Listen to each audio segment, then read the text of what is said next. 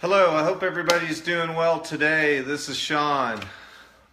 I'll let some people pop in real quick and join us.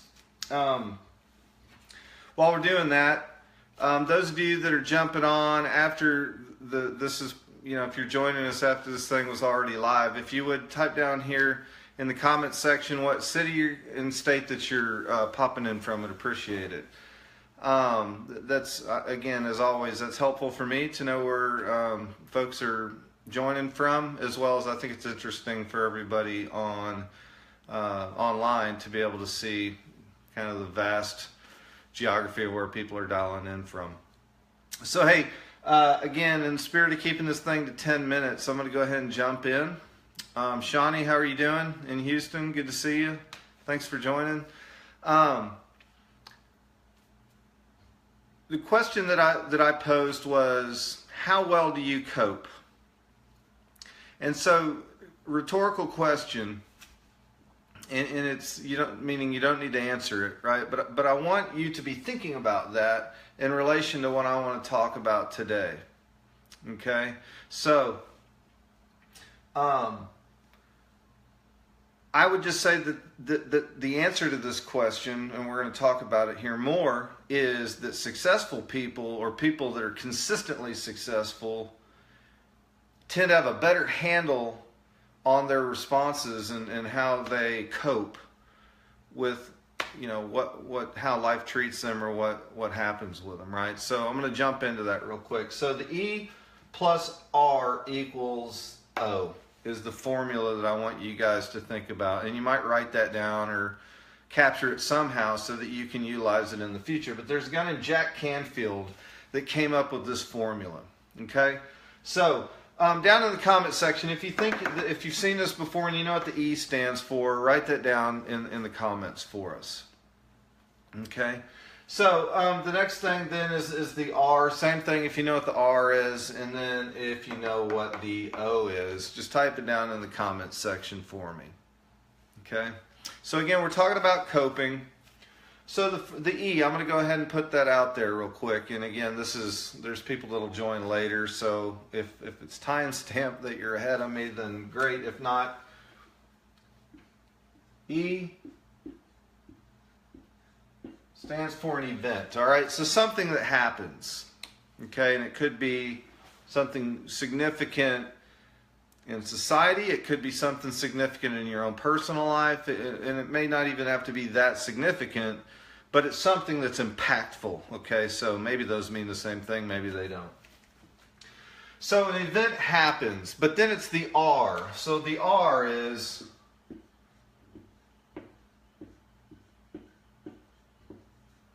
how you respond. Okay, so something happens. How do we then respond to that? Okay, and again, that can be physical, it can be verbal, it could be a myriad of things. Whatever you do to respond, it could be completely mental, it could be a behavior. So whatever your response is to the event equals O, which is the outcome. Okay, so again, I call this coping because you cope with life or things or events, right? Shawnee, thanks for joining. Melanie, thank you for being on as well. Good to see you guys. So life happens, we respond to it, and then the outcome. And I think what people get backwards are these two things.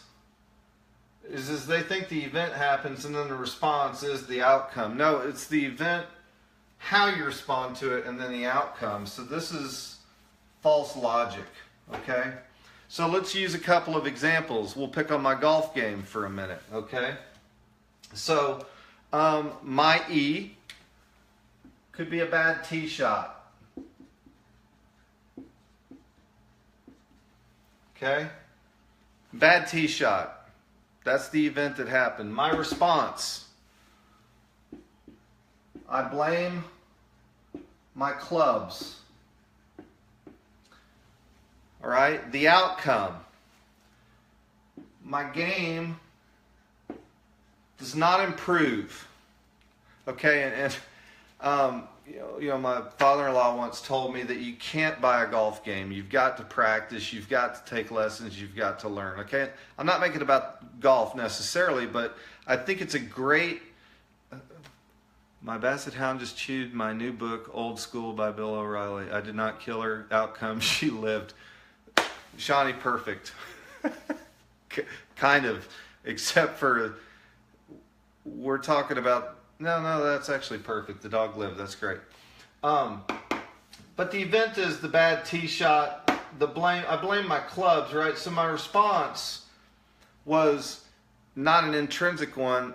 I put it outwards. Okay, so that's where it's a little bit different than your example, Shawnee. Is that yours was about the choice not to kill. Well, we'll talk about yours in just a minute. We're going to contrast it. But this one here is. We blamed it on something external as to why the event happened. Okay, your choice not to kill your dog, Shawnee, had nothing to do with the fact that the book got chewed up, if that makes sense.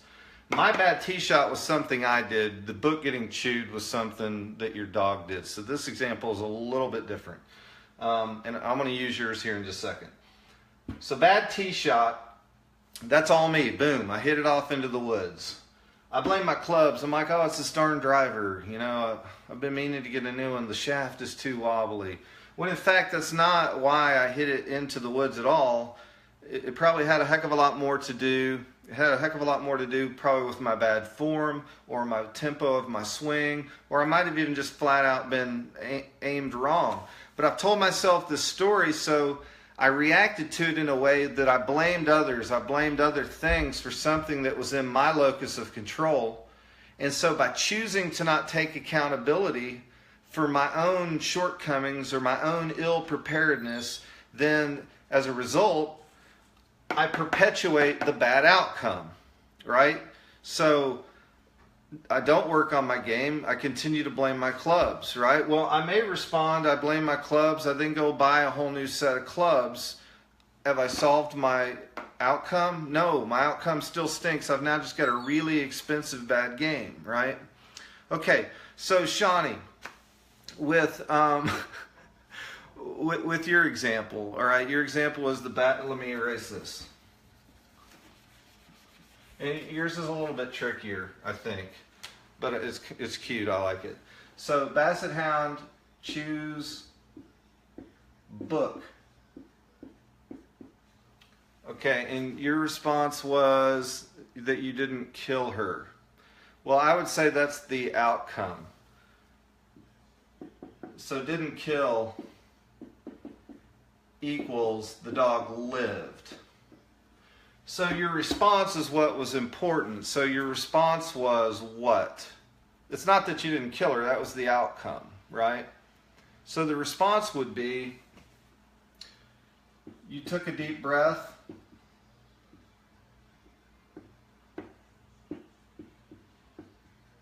and maybe counted to 10. All right, so that was your response. Okay, and I'm making that up. I don't know how you responded. But dog choose book, you take a deep breath, you count to 10 as your response. So the outcome is that the dog lived, right? Conversely, I know you're not about to write me a note while I'm in the middle doing this. It's one of the perks of living at home. People drop notes of to-dos in the middle of a Facebook Live. So conversely, let's explore this a little more deeply, Shawnee. And first of all, I'm glad your dog lived. It'll live to crap on your carpet another day. All right, so dog choose book, right? So, I don't know what your response could be. You grab a weapon of non-mass destruction. The outcome is that you guys have dog in a blanket for dinner. Okay. So, again, it's about how you choose to respond to the event that determines the outcome. Now, that's a cute example, and Shawnee's like, oh my God. We're not really having dog in a blanket for dinner. But think about this more in a relationship or work setting or career setting or, gosh, I even think about politics right now. I think it's really key that, if we were to take events in the Middle East, an event happens, we as a country, our president, whomever, they react a certain way, and the outcome is going to be,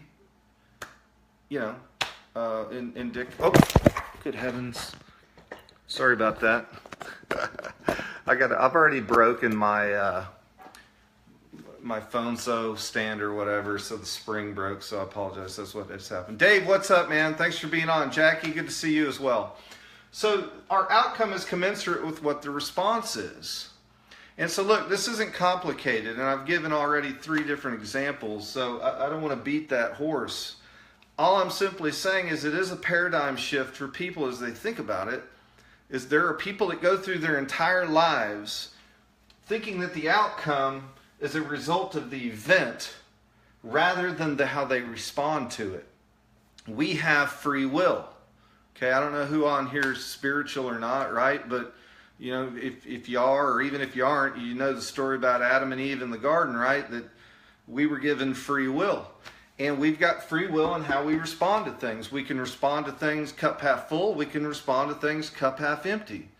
We can respond to things hatefully. We can respond to things gratefully. Right? But so, David, Heather, you're good. Just as long as you don't do the pistols, I'm still backwards. Don't do this. None of these emojis.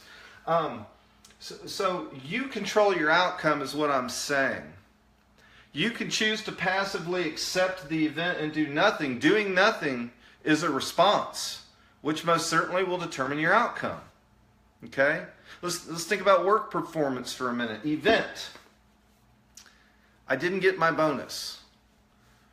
Well, why didn't I get my bonus? Okay? Well, because I didn't hit the milestones that I need to get the bonus. All right? So what's the outcome? Well, I can either sulk about it and blame everybody why I didn't get my bonus, that my boss sucks or customers are disagreeable or it was impossible to push this particular product. And guess what? You're probably not going to hit your bonus again. Or you can respond differently and go, gosh, what could I have done differently that I didn't do? Or what might I do to begin with that I didn't do?